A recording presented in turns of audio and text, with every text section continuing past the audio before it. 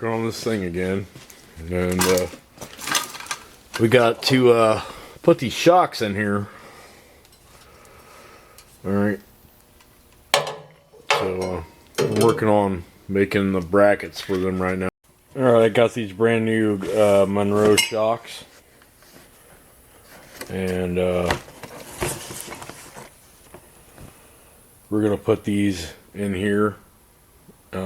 They're supposed to have 7.5 inches of travel. We're gonna regulate them to probably 7 inches.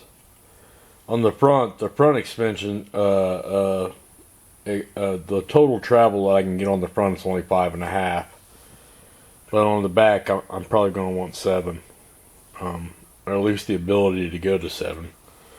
So we're gonna make these mounts with those plates. Alright, so I'm gonna come in here with this drill. I'm gonna drill and cut this so it slots over that other tube, and I can capture that tube and weld it, and I'm gonna make the upper perch out of this. So I'm gonna come in here and drill holes now and then cut this out. Alright, so I've milled a slot for that to go around the 1-inch tube that's in that frame. So yeah. Alright, so you see how it's going to go on that. It's going to actually go around that cross brace that's in there, and then I center punched where I'm going to drill the 1/2-inch bolt, and then use the compass to describe how that way I get, when I go to grind this on the belt sander, I'll get a really nice radius line to follow to grind it. I'll do that before you drill on this. So alright, so it's going to get cut out like this, and we'll be able to put that shock up in the inside and weld the uppers, and we got the upper mounts done. Alright, I'm going to cut this piece free on the vertical bandsaw, and then we'll put it in and drill it. Alright, so I got the through hole drilled in both pieces now, and we'll go cut that bottom part out. Alright, I got it set up here in the vise. I'm going to come in and I'm going to mill this line so that I end up with the radius right here on this corner, because I don't want like a sharp cut, like if you cut it with a razor wheel and it ends up cracking later over time. So we're going to put a radius in right here. Alright, so you see how I got those radiuses in there now. So we're just going to take this cutoff wheel, if it didn't break, we're just going to come in here and angle and break that piece off, and then we're going to take it back and use the end mill to make that all radius all smooth. Alright, so you can see how I cut it there.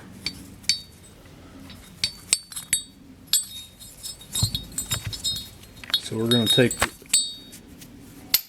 take this piece, we're going to run that end mill down and make that all the way nice all the way across. Alright, now we're going to come in here on the belt sander and put this radius in on that part of the piece. Alright, so I got those upper shock mounts made. You can see how they work. So I need to come down here and fabricate something off that rear axle, but I'm out far enough past my mounting bolts for the parallel 4-link, and I'll be able to weld on to something steel there with that bottom one. So I got to fabricate the bottom. It's probably going to be the same thing, but just cut for a radius. It'll probably come straight down like this off that rear axle and grab just at the lowest point. I had to make the upper one so that I could know where this lower one's gonna go. So it's gonna go right there. So I just gotta measure that and build a second one. Alright, we'll move on to that. Alright, I got a couple pieces cut here for the lower mount. I'm gonna go ahead and drill the 1/2-inch hole for the bolt, and then I'll machine it like I did the other. Okay, so I've milled the radius part out here. I'm going to take it over there and cut it off and then touch it up here on the mill.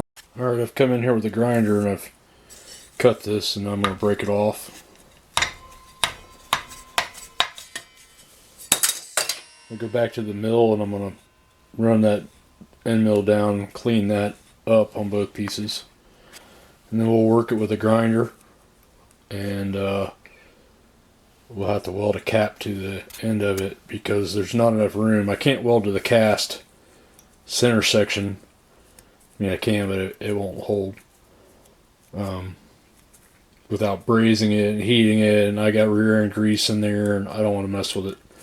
So I need to weld to that steel tube, and there's not enough room for the 2-inch to get up there and be able to run a weld down that axle. So we're going to have to make this go to a 1-inch tube, so we'll have to plate it and then 1-inch tube, and then I'll have enough room that I can get in there and weld to that axle tube.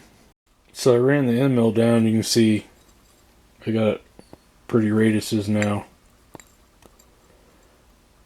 So what we'll do is come in with a grinder, clean all this burrs and stuff off, but it's less likely to break with that radius put in there. Alright, I'm going to get them cleaned up now, and then I'm going to take the belt sander and grind this radius that's in here, and then we'll weld the plates on the end. Alright, here's the before and after. What it looks like, after working it with the grinder,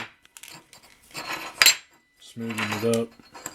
So I'm gonna go get this one done now, and we got this part made, and the shock will come down here and set in it. I just gotta work this one now, and then we can start welding stuff to it. It's gonna go in the truck like this. Something's going to come out like this to the rear end. We'll get to there. Alright, I got some thick plate here, same thickness as the material. I'm going to cap these ends off so that I can weld to the back with the thinner tube. And I'm going to go ahead and get them welded now. Alright, I got these things welded here. Now I'm going to go ahead and grind them down and get them cleaned up again to weld the next piece to it.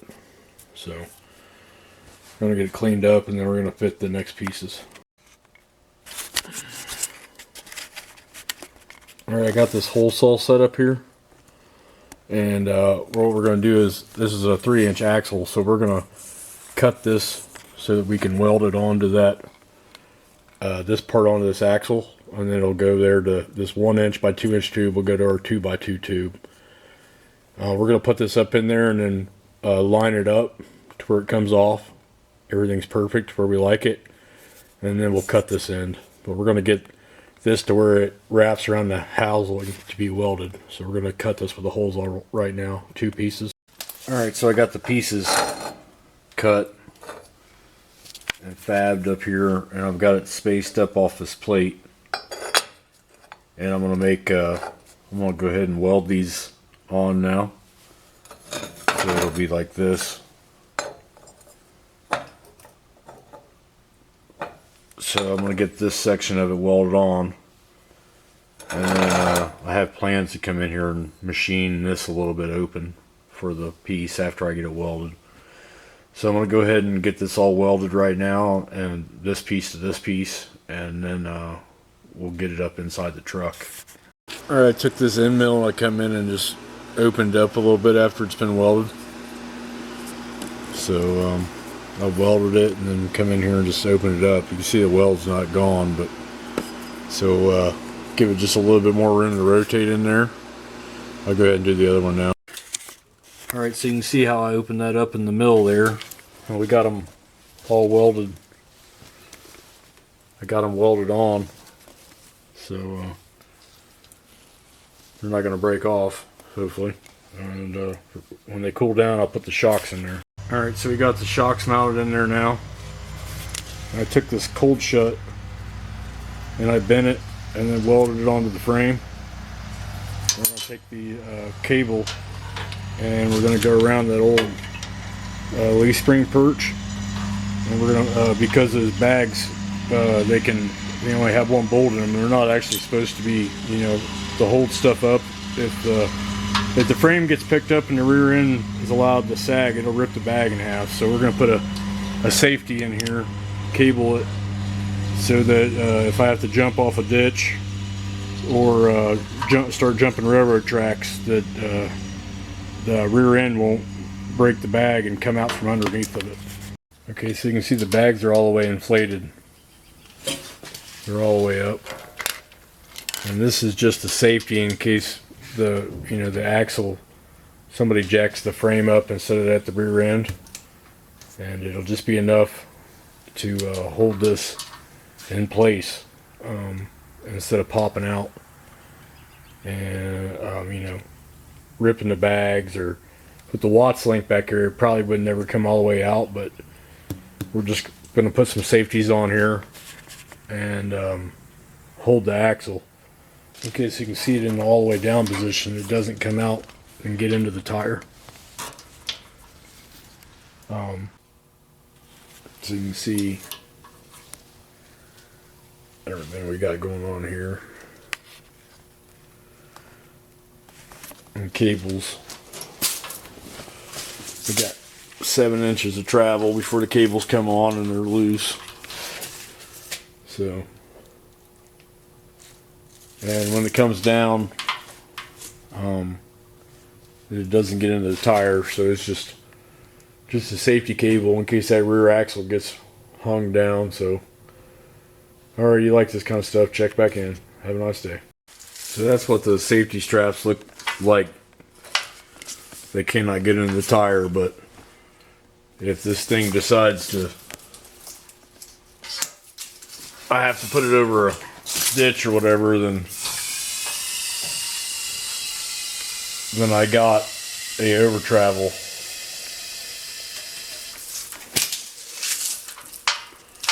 built in to hold that axle in place. Just a little bit overkill, I guess.